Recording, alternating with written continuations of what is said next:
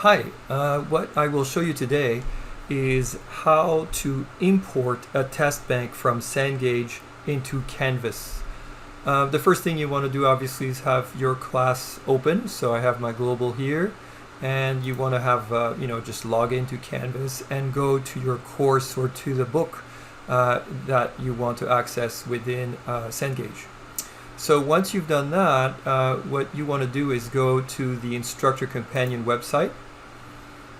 And by the way, I'm using Canvas if you're using, I'm using Cengage, but if you're using a different publisher, as long as the format of the file is similar, you should be fine. So once I have access to this, you can see the different formats. Obviously, what we want is Canvas.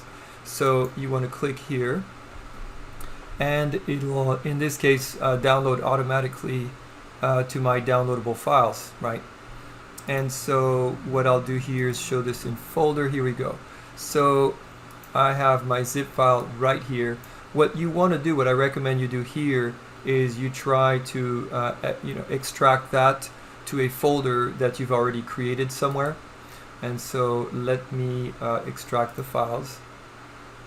And in this case, it's going to be on my desktop. I created a new, there we go, BUS61 Canvas Cengage. So I'll extract them here. All right, now let's go to the file. There we go. And here it is. So now I've got all of the chapters extracted here to this particular folder. Once you've done that, now what you want to do is go back to your Canvas class. And once you're here, you'll want to go to Settings. And once you're in Settings, you're going to import course content. Now, the mistake I was making earlier is I was trying to import the entire content.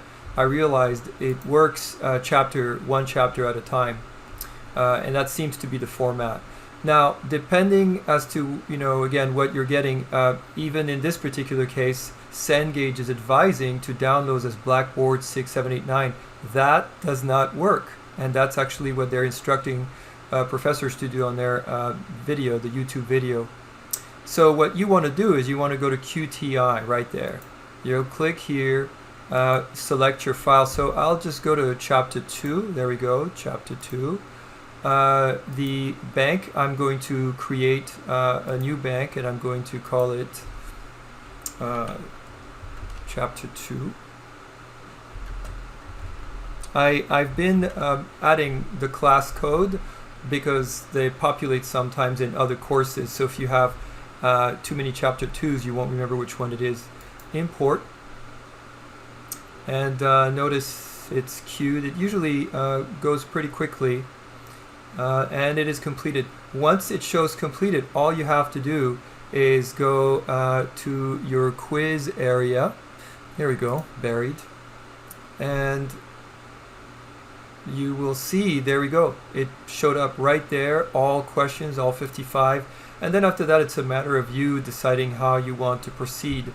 So that's it for that. Let me know if you have any questions.